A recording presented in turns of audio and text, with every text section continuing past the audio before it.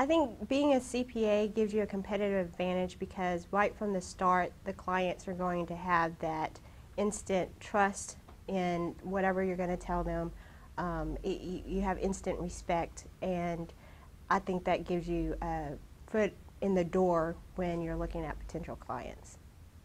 I think professionally, you see a lot of doors open once you earn your CPA license, especially if you can get it early in your career.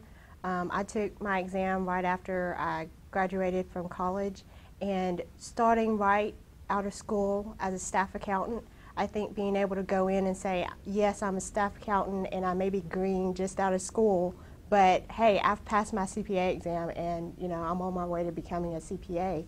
And I think it just can accelerate your career path. I do feel like CPAs have a responsibility to give back to the community. The P in CPA stands for public. I'm sure a lot of people recognize that, and so it's a service profession, and it's about helping the community, serving the public good.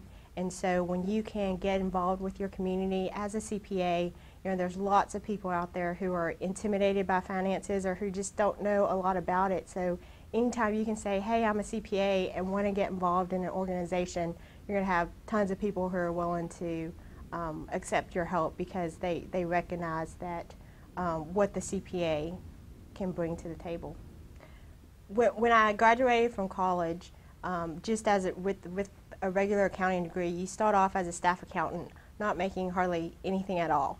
But if you can be committed to studying for the exam, becoming a CPA, you see studies all the time about the difference between somebody, what their lifetime earnings capacity is for a graduate from college versus just a high school graduate. I think that if people did studies of CPAs versus accountants with just accounting degrees without that license, that you would see a similar disparity, that the earlier you can get it, the faster you're going to rise in whatever path you choose to take, especially in the public practice part of the practice, because at some point in the public practice, you are not going to be able to advance anymore unless you do have your certification. So having that will just help you, like I said, move up the career ladder faster. My best professional moment as a CPA, if it doesn't have to be necessarily work related, I would say would be becoming president of the Southeast Texas chapter of the TSCPA. I think that I've gotten a lot of personal fulfillment out of that, and it's all stemming from my being a CPA, being able to interact and network with others in my profession, other CPAs, and knowing that I have that respect of my peers to where I was elected into that position and being able to lead the chapter for this year. Becoming a CPA is not the easiest thing to do. Everybody knows the challenges of the CPA exam, but it's definitely worth the challenge. You get the personal fulfillment just of knowing that you have achieved something that not everybody can achieve. They make the exam hard because it's not meant to let everybody in. You have to work for it, and I think if you're willing to commit to working for it, as soon as you get out of college, then again you're going to be so much ahead of where others around you may be. Right now, I am shareholder in a public practice firm, and if you had asked me where I was going to be 10 years ago, I would have said I want to be shareholder of an accounting firm because I just felt like that was where I wanted to go and be. Now that I've achieved that, I think it's just continuing to excel in the profession, remaining involved with the TSCPA and other professional organizations, and I've also used my CPA certification to kind of get into other areas as well, such as the financial planning aspect that a lot of public practice firms are now including. So I think I see myself moving less out of the traditional tax and accounting area of practice and more towards financial planning, but still when I'm providing that comprehensive financial advice to clients, having that CPA certification is still so important, because when they're coming to me for financial advice, again, it's that trust and that respect that you have from the get-go when you have the CPA after your name.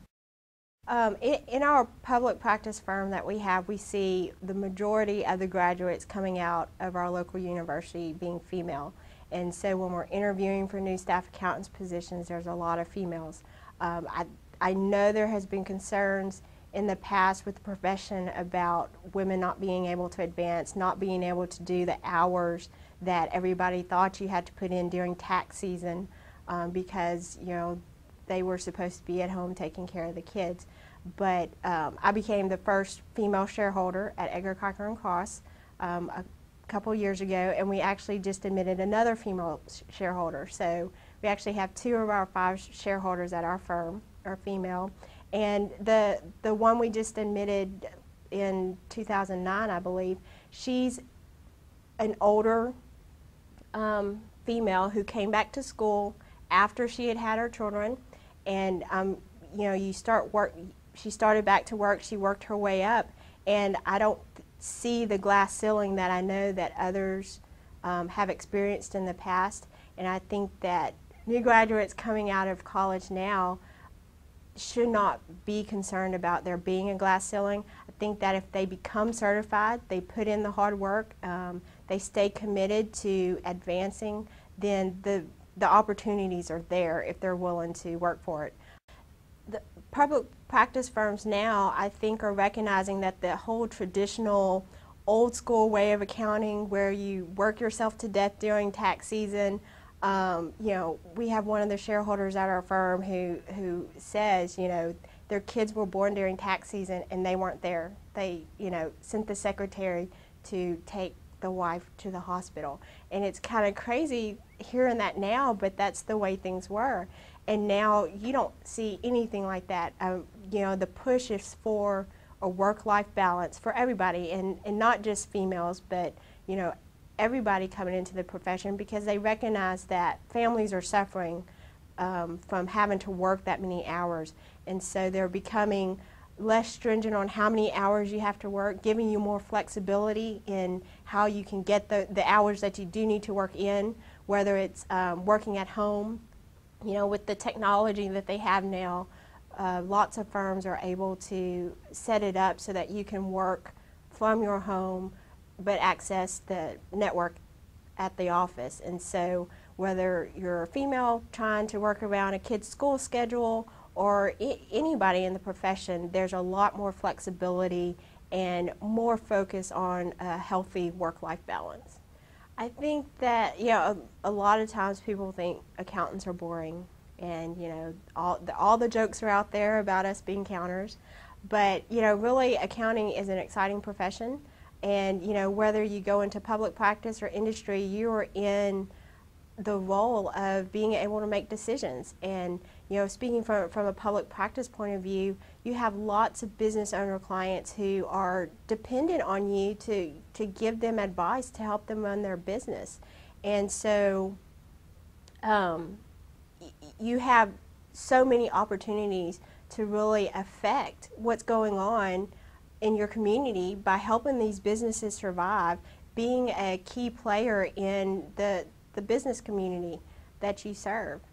You need to have the basics, but that isn't what you're going to do. I mean, if you want to do that, you don't need to be a CPA. You know, you can go get your 2-year bookkeeping degree.